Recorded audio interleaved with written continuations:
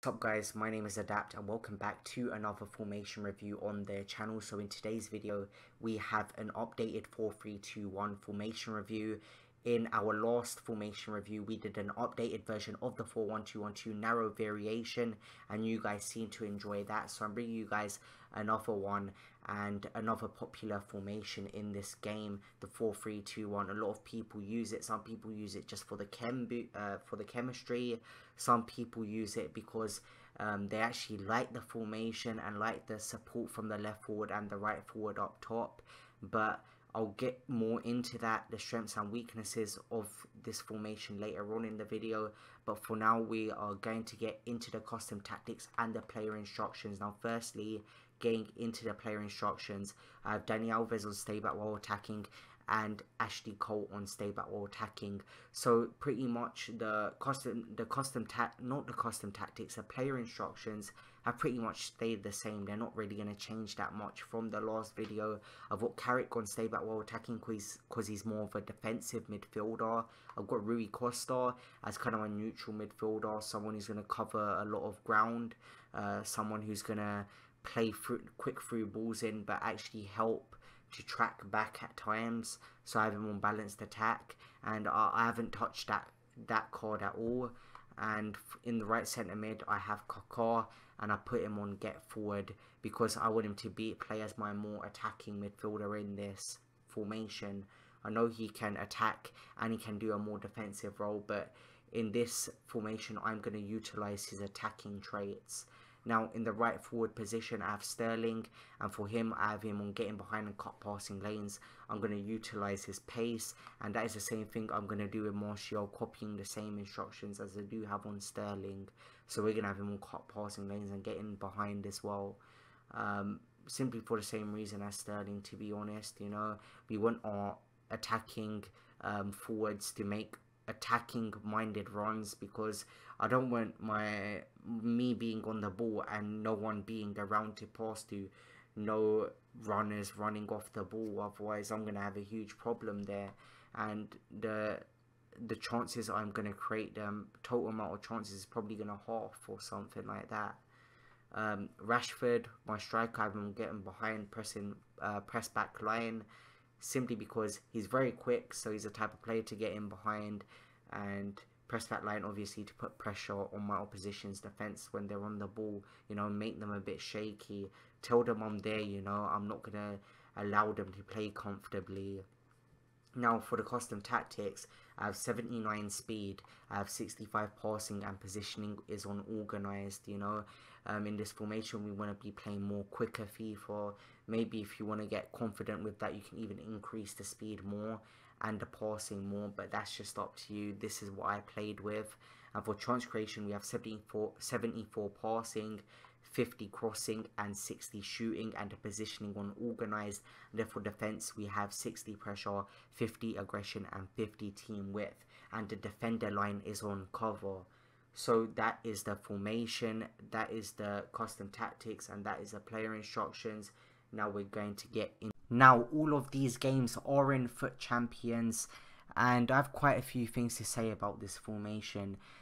It can be tough for me sometimes, because when you're playing with one formation, and this has been the formation I've been playing with for most of the year, it's difficult to pick out any differences between other formations because you're just so used to it.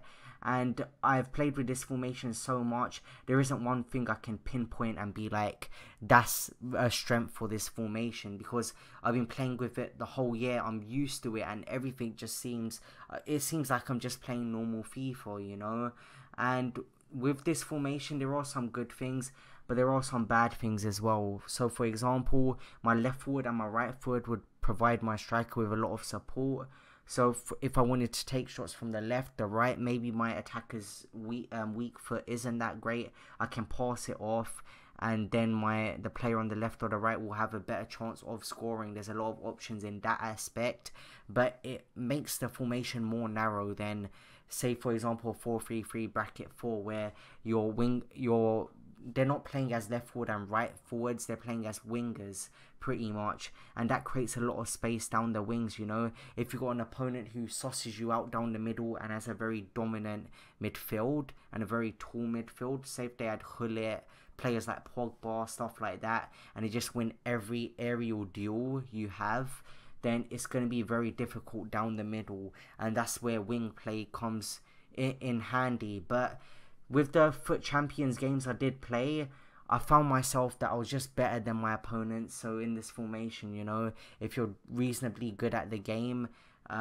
then you should be able to win with this formation. It isn't going to handicap you in that aspect. But so for example, the 4-1-2-1-2 bracket 2, I find myself, you know what, the player being positioned in that certain formation, say if I have 2 players up top, I've been in certain scenarios where it'd be like, if it wasn't for that other striker supporting the player on the ball, I wouldn't have managed to score that.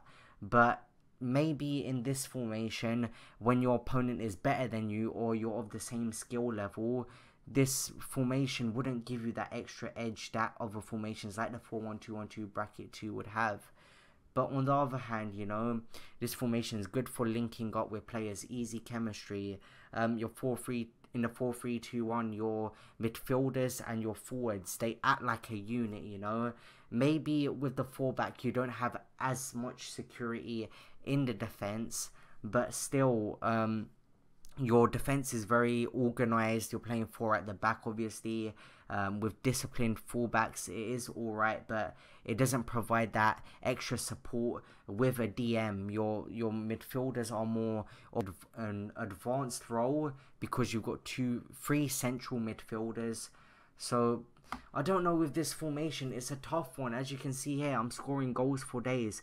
Rashford, I've got so many attacking options up top. That's another advantage of this.